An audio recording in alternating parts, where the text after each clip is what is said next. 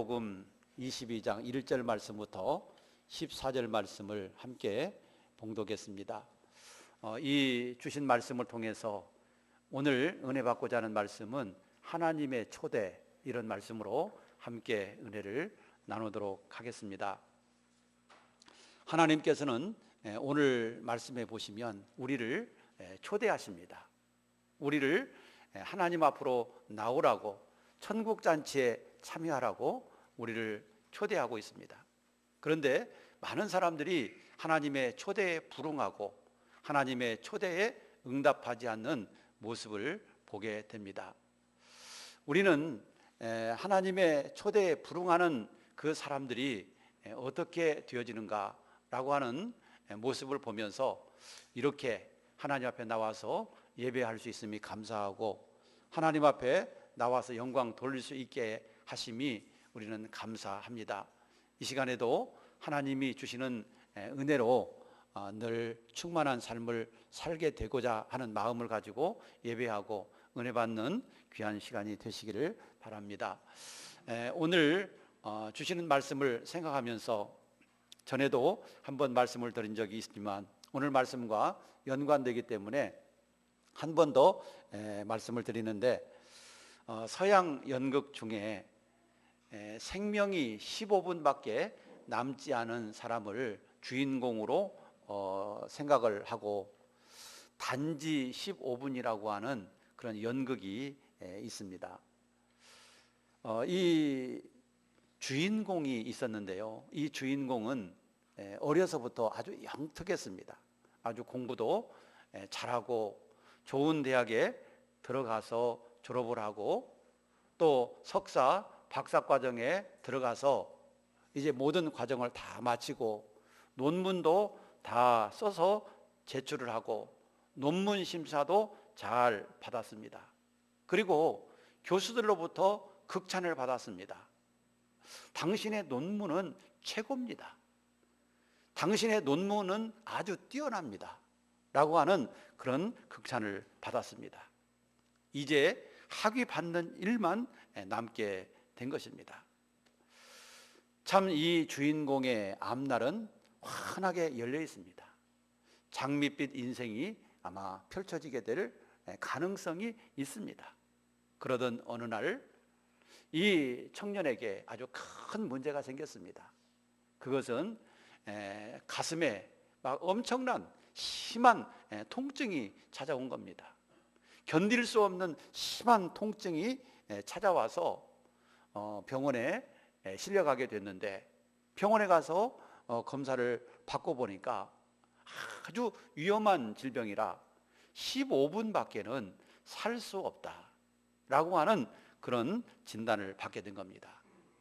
시한부 인생이 되게 된 것이죠. 그래서 이 청년은 정말 마음속에 불안하고 근심이 있고 어떻게 하면 좋을까 이렇게 생각을 하다가 5분이 지나가 버렸어요. 이제 남은 시간은 10분밖에 없는 겁니다. 그런데 그때 전보 한 통이 이 청년에게 배달되어 왔습니다. 그 전보의 내용은 당신의 삼촌이 돌아가셨습니다. 그런데 그 삼촌은 억만장자입니다. 그런데 안타깝게도 그에게는 그 많은 유산을 상속받을 후손이 없습니다. 오직 당신밖에는 상속받을 사람이 없습니다. 그러니 상속받을 절차를 밟아주십시오 라고 하는 그런 전보였습니다. 여러분, 그가 젊고 건강하다라고 한다면 얼마나 큰 행운이겠습니까? 그런데 생명이 10분밖에 남지 않은 이 청년에게 그 많은 재산이 무슨 소용이 있고 무슨 의미가 있다라고 하는 말입니까? 자, 그러고 있는데 또 한 통의 전보가 도착을 했습니다. 그 전보의 내용은 당신의 박사학위 논문이 잘 통과가 되었을 뿐만 아니라 당신의 논문이 최우수 논문으로 선정이 되었습니다. 그래서 당신에게 최우수 논문상을 주기로 했습니다. 그러니 그 논문상을 받으시기 바랍니다 라고 하는 그런 전보였습니다. 얼마나 기쁜 소식입니까? 자기의 논문이 최우수 논문으로 선택됐고 최우수 논문이 됐다라고 하니까 얼마나 영광스러운 일이고 명예가 있는 일입니까? 그럼에도 불구하고 이 청년은 기쁠 수가 없었습니다. 왜냐하면 자기의 생명은 이제 10분도 못 남았기 때문인 것입니다. 그러고 있는데 또 한 통의 전보가 옵니다. 이 전보의 내용은 자기의 애인으로부터 청혼을 이제 허락해 주는 그런 전보였습니다. 당신하고 결혼을 하겠습니다 라고 하는 그런 전보가 온 거예요. 자, 얼마나 기쁜 일입니까? 아마도 최고의 기쁜 일이 아닐 수가 없습니다. 그런데 이것도 기쁠 수가 없습니다. 왜냐하면 이제 자기의 생명은 꺼져가고 있었기 때문이다 라고 하는 사실입니다. 이 청년에게 정말 좋은 일이 연속되었습니다. 정말 좋은 일이 많이 벌어졌습니다. 하지만 그의 생명을 멈추게 하는 시계는 쉬지 않고 계속 지나가고 있는 겁니다. 그리고 15분이 다 지나가고 그 사람은 숨을 거두었습니다. 여러분, 이 연극에서 무엇을 얘기하고 있습니까? 이 연극의 내용을 보면 한 인간의 삶을 15분이라고 하는 짧은 시간으로 축소해서 보여주고 있다. 이 15분이라고 하는 것은 우리의 인생과 같다라고 하는 겁니다. 우리의 삶의 모습을 보여주고 있는 겁니다. 우리의 인생이 이처럼 짧다라고 하는 것이죠. 우리는 젊어서 우리의 인생이 언제나 젊을 것 같은 생각을 하고 삽니다. 그러나 인생의 푸르름은 그리 오래 가지 않는다는 것이죠. 우리 인생의 젊음은 길지 않습니다. 어려서 현실에 쫓겨 공부를 합니다. 학교를 졸업하고는 직장에 취직을 하고 일을 하고 그 다음에 결혼을 합니다. 결혼을 하고 나서 자녀를 키우다 보면 어느새 40대, 50대가 훌쩍 지나가 버립니다. 머리에서는 희끗희끗 흰머리가 납니다. 그리고 인생의 의미를 어느 정도 알게 됐을 때, 인생이라고 하는 것은 무엇인가라고 하는 것을 어느 정도 알 때쯤 돼서는 이제 남은 시간이 별로 없다라고 하는 것을 깨닫게 된다라고 하는 사실입니다. 여러분, 그렇다라고 한다면 우리의 인생에서 가장 중요한 것이 무엇이겠는가? 돈이겠는가? 땅이겠는가? 집이겠는가? 명예이겠는가? 우리에게 있어서 가장 중요한 것은 이런 것들도 소중하겠지만 이것보다도 더 소중한 게 있다. 바로 그것은 우리의 생명이고 영원한 생명이라고 하는 것입니다. 누가복음 12장 부자의 이야기를 가끔 합니다. 그 부자는 농사를 짓고 풍성한 수확을 거두었습니다. 그래서 행복한 인생을 살고 싶었습니다. 너무나도 많은 수입을 거두어서 쌓아놓을 창고가 부족했습니다. 그래서 창고를 더 크게 짓고 자기의 영혼에게 이렇게 말합니다. 내 영혼아, 여러 해 쓸 물건을 이제 쌓아두었으니 평안히 먹고 평안히 쉬고 평안한 인생, 행복한 인생을 살아보자. 그러면서 자기 영혼에게 스스로 만족하면서 영원히 행복하게 살 것을 생각해 보았습니다. 그런데 그날 밤에 하나님께서 이 부자에게 나타나셔서 하시는 말씀이, 어리석은 자여, 오늘 밤에 내 영혼을 내가 도로 찾는다라고 한다면 이 모든 것이 누구의 것이 되겠느냐? 네가 창고를 크게 짓고 그 안에 쌓아놨던 이 모든 것, 이것이 누구의 것이 되겠느냐? 하나님이 물으시는 겁니다. 여러분, 생명의 주권이 누구에게 있는지 모르고 생명의 모든 주권이 자기에게 있는 줄 알고 인생을 살아가는 사람들은 이런 일을 당할 수가 있다는 걸 교훈해 주고 있는 것이죠. 생명의 주권이 누구에게 있어요? 하나님에게 있다. 우리의 생명의 주권은 하나님의 손에 달려있다고 하는 것을 우리가 알아야 하는 것입니다. 야고보 사도는 야고보서 4장에서 이렇게 말씀합니다. 들으라, 너희 중에 말하기를 오늘이나 내일이나 우리가 아무 도시에 가서 거기서 1년을 유하며 장사하며 일을 보리라 하는 자들아, 내일 일을 너희가 알지 못하는도다. 너희의 생명이 무엇이뇨? 너희는 잠깐 보이다가 없어지는 안개니라. 내일 일을 너희가 알지 못하는도다. 너희는 잠깐 보이다가 없어지는 안개와 같은 인생이다 라고 말하고 있습니다. 오늘 밤 당장 어떻게 될지 모르는데 창고 짓는 일에만 힘쓰시겠습니까? 사업을 늘리고 통장에 돈을 쌓아놓고 이렇게 살아가는 데만 힘쓰시겠습니까? 여러분, 물론 농사도 지어야 합니다. 사업도 해야 됩니다. 저축도 해야 됩니다. 그러나 문제는 이것보다도 더 중요한 일이 있다고 하는 사실을 알아야 할 것입니다. 사업하는 거 중요해요. 해야지요.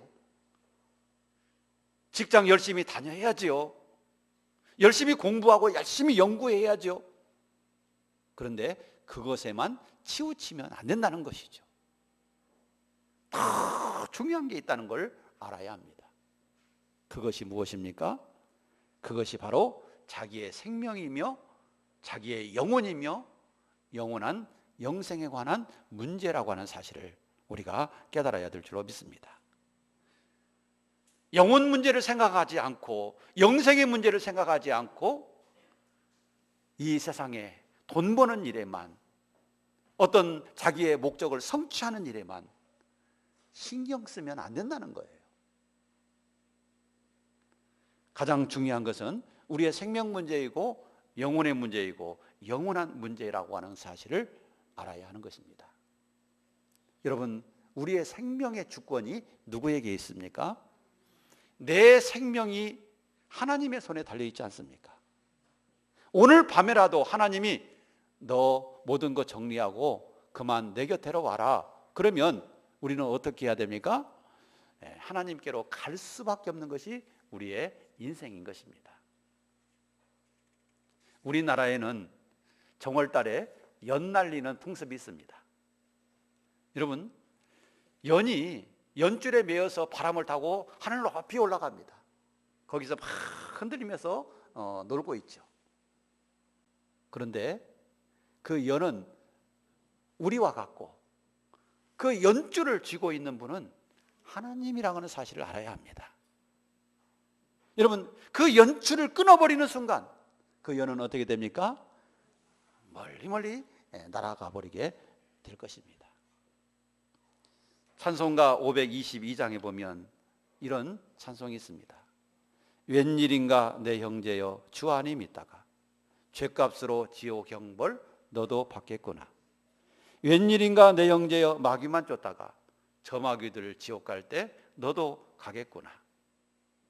웬일인가 내 형제여 재물만 취하다 세상 물건 불탈 때에 너도 타겠구나. 5절에 보면 여보시오 내 동포여 주께로 오시오 십자가에 못 박힌 주 너를 사랑하네.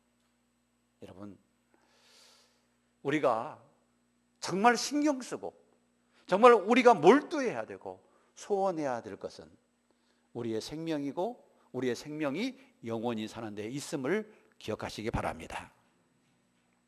전도서 3장 11절에 보면 그랬습니다. 하나님이 모든 것을 지으시되 때를 따라 아름답게 하셨고 또 사람에게 영원을 사모하는 마음을 주셨느니라. 사람에게는 영원을 사모하는 마음을 하나님이 주셨습니다. 여러분, 영원을 사모하면서 살아야 될 존재인 우리 인간이 세상에 썩을 것만 붙잡고 세상에 목표를 두고 세상만 바라보고 사니까 그 결과가 얼마나 허무하겠습니까? 하나님께서는 우리 인생에게 영원을 사모하는 마음을 주셨습니다. 그래서 우리 인간은 영원을 사모하면서 정말 하나님의 나라를 향해서 우리는 달려가야 합니다. 그러면서 이 세상에 일도 하는 거예요. 목적은 하나님의 나라에 있고 우리 이 세상에서 하는 일은 이 세상에서 사는 동안만 필요한 임시적인 일이라고 하는 것을 우리가 기억해야 할 줄로 믿습니다. 오늘 본문에 보면 어떤 임금이 혼인잔치를 베풀었다고 그랬습니다. 음식을 많이 준비했습니다. 살진 송아지를 잡았습니다. 음식을 많이 준비하고 많은 사람들을 초청을 합니다. 잔치가 준비되었습니다. 맛있는 음식이 준비되었습니다. 그러니 이 잔치에 참여하시고 즐거운 시간을 보내시고 행복한 시간을 보내세요. 그러면서 종들을 보내서 사람들을 초청을 했습니다. 그런데 사람들이 어떻게 했다고 그랬습니까? 거절했다고 그랬습니다. 그 임금의 초청에 거절을 하는 겁니다. 왜 거절을 합니까? 그 이유를 보니까 오늘 성경 말씀 속에서 자, 어떤 사람은 밭으로 가고 어떤 사람은 사업차로 가고, 그러니까 한마디로 말해서 자기의 어떤 사업과 어떤 이 세상에서의 자기의 목적을 달성하기 위해서 임금의 초청을 거부하는 거예요. 어떻게 보면 우리도 이 세상의 많은 사람도 그렇지 않습니까? 수고하고 무거운 짐진 자들아 다 내게로 오라고 주님은 부르시고 있지만 아이고 저 못 가요. 왜냐하면 사업도 해야 되고 바쁘고 이 일도 해야 되고 저 일도 해야 되고 아이고 저 갈 수가 없어요. 그리고요 저는 취미가 없어요. 뭐 예배 드리는데 재미가 있나요? 아이고 재미없어서 못 가요.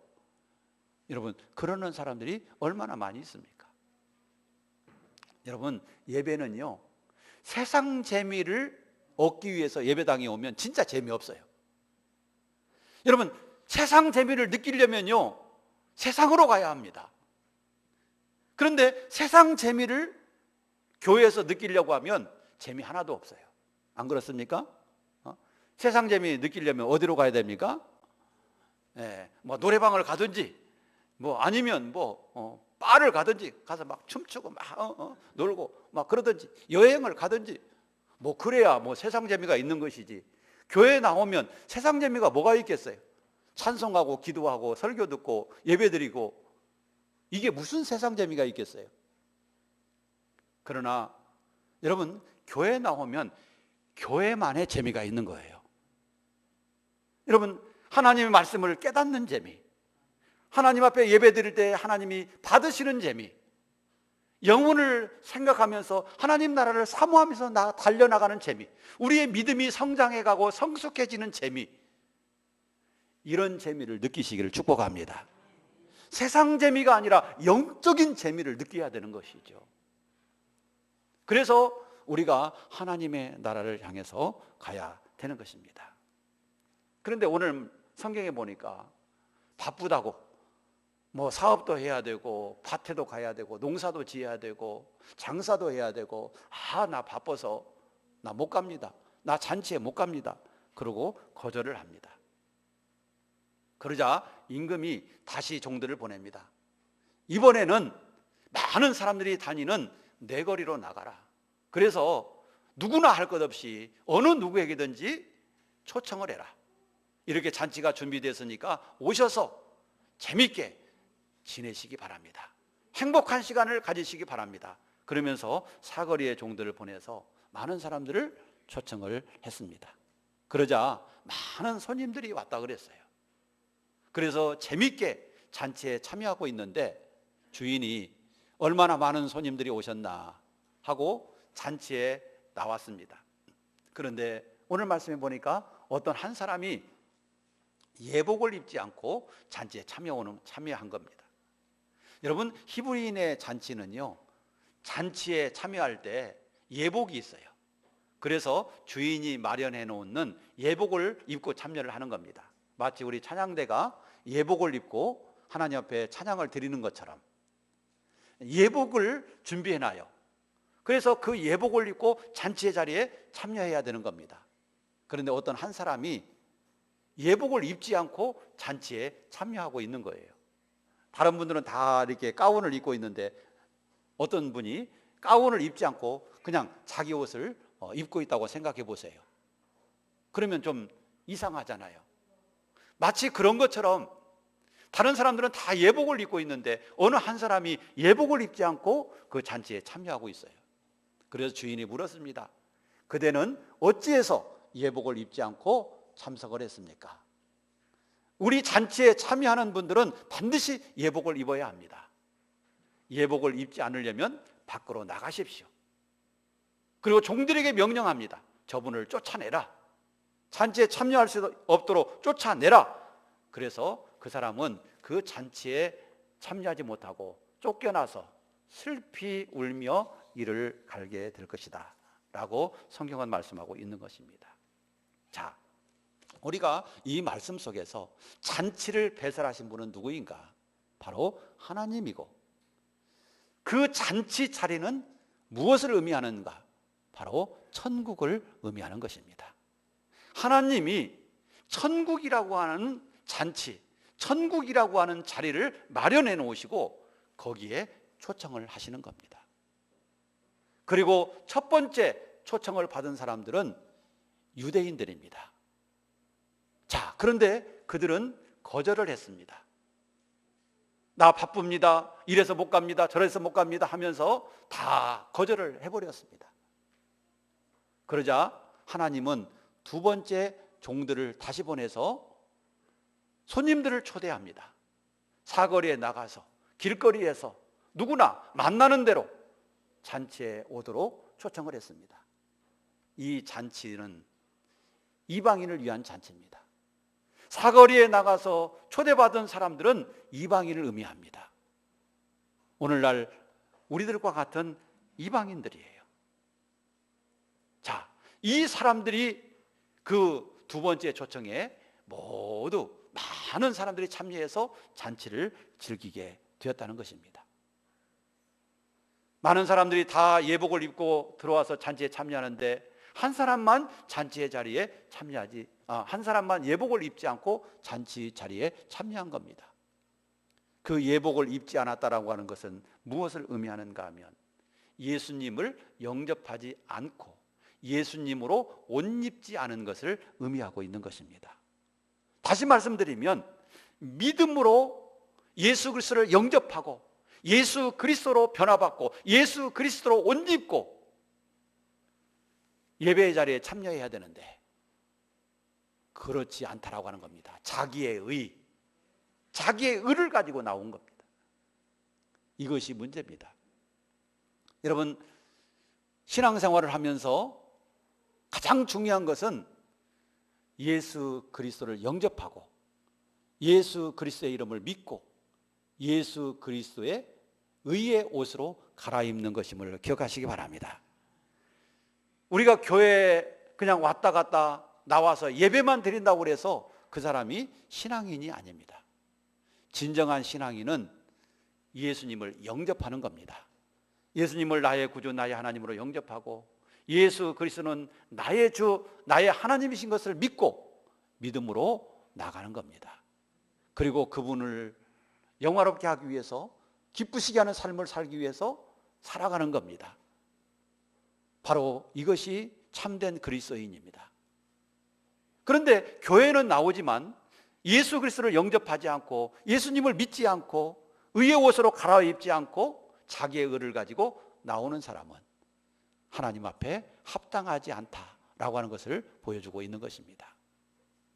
그런데 길거리에서 초대받은 많은 사람들이 다 옷을 갈아입고 잔치의 자리에 참여하고 있는데 어떤 한 사람이 잔치의 자리에는 참여했지만 옷을 갈아입지 않은 겁니다. 이 사람은 하나님 앞에 합당하지 않고 이 사람은 바깥 어두운 데로 쫓겨나 슬피 울며 이를 갈게 되는 이 불행한 일을 만나게 된 것입니다. 중요한 것은 잔치의 자리에 참여하되